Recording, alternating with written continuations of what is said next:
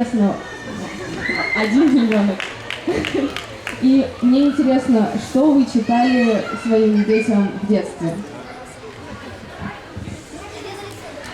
Сказки. Детям своей дочери, у меня ребенок есть маленький, ей 40 лет. Совсем такая маленькая, такая взрослая дочь молодого человека, как это называется. Я ей читал сказки, естественно. И ну, русские, конечно, волшебные сказки поначалу. Но начинали, естественно, с Курочки Рябы. И потом, и до сих пор мы читаем Курочку Рябу, потому что мы пытаемся понять, какой ее великий философский, какой-то дзенский, какой-то странный смысл. Ну вот, ну а потом читали сказки там про Красную Шапочку, про Золушку. А потом дальше она уже сама читала. Спасибо большое. Мне очень интересно, наверное, всем очень интересно, вы впервые в Ижевске, в нашем городе?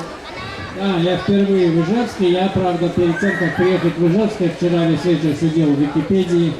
Я знаю, есть памятник Пушкину, знаю, есть памятник Ижику маленькому, знаю памятники оружейников в цилиндре и этих самых и кафтанах, этот столб Михайловский. В общем, я про Ижевск, в общем, в интернете узнал очень много. Вот сейчас темно, ничего, правда, не видно. Я надеюсь, может быть, завтра я смогу посмотреть. Да, обязательно посмотрите наш город, он очень интересный, сейчас он преображается.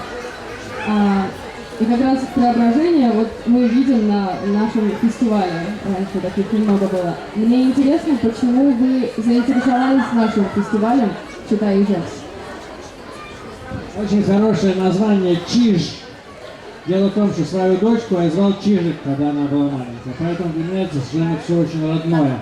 Вот, и кроме того, у меня есть любимый друг нашей семьи, художник Чижиков, у которого подпись такая же птичка, как у вас на эмблеме этого фестиваля. Поэтому все чижиное для меня очень родное. Кроме того, про Ижевск, это же город, в общем-то, легендарный в определенном смысле-то. Вот мы сегодня, когда ехали в такси с Галиной Витальевной, которая меня любезно здесь встречалась, и я рассказывал, что я ехал с японцем, в самолете рядом сел японец, который работает здесь на Ижмаш, на автомобильном заводе, значит, на Ниссане, такой весь замечательный. Тут сказали мне, что вот есть такая шутка, что в России оптимисты учат английский, пессимисты учат китайский. Я говорю, ну вы забыли самое главное, вы забыли реалисты. Реалисты изучают автомат Калашникова.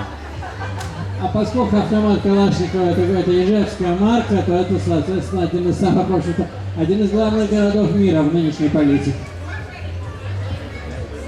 Насчет нашего мероприятия, насчет именно «Читай Ижевского» этого фестиваля. На ваш взгляд, какие мероприятия сейчас насколько важны в современном мире? Они гораздо важнее всех остальных мероприятий. Потому что если мы сделаем мероприятие, например, скажем, «Спи, Сыктывкар» или «Кушай, Париж», ну это же будет скучно, понимаете? А «Читай Ижевск» или «Читай» какой-то другой, «Читай Нью-Йорк», или, например, скажем, «Читай Москва». Это было бы довольно сложно сделать такой фестиваль. Это самое главное, что нам осталось, понимаете, то, что нас связывает и с прошлым и будущим. Вот эта ниточка между прошлым и будущим, это и есть ниточка вот этих вот строчек, которые пишет человек и читает человек. Так что это очень важно, Особенно мне приятно видеть, что столько много людей пришло, прекрасных людей, особенно представителей того поколения, которым скоро, так сказать, захватит власть в этой стране. Вот они сидят, вот они.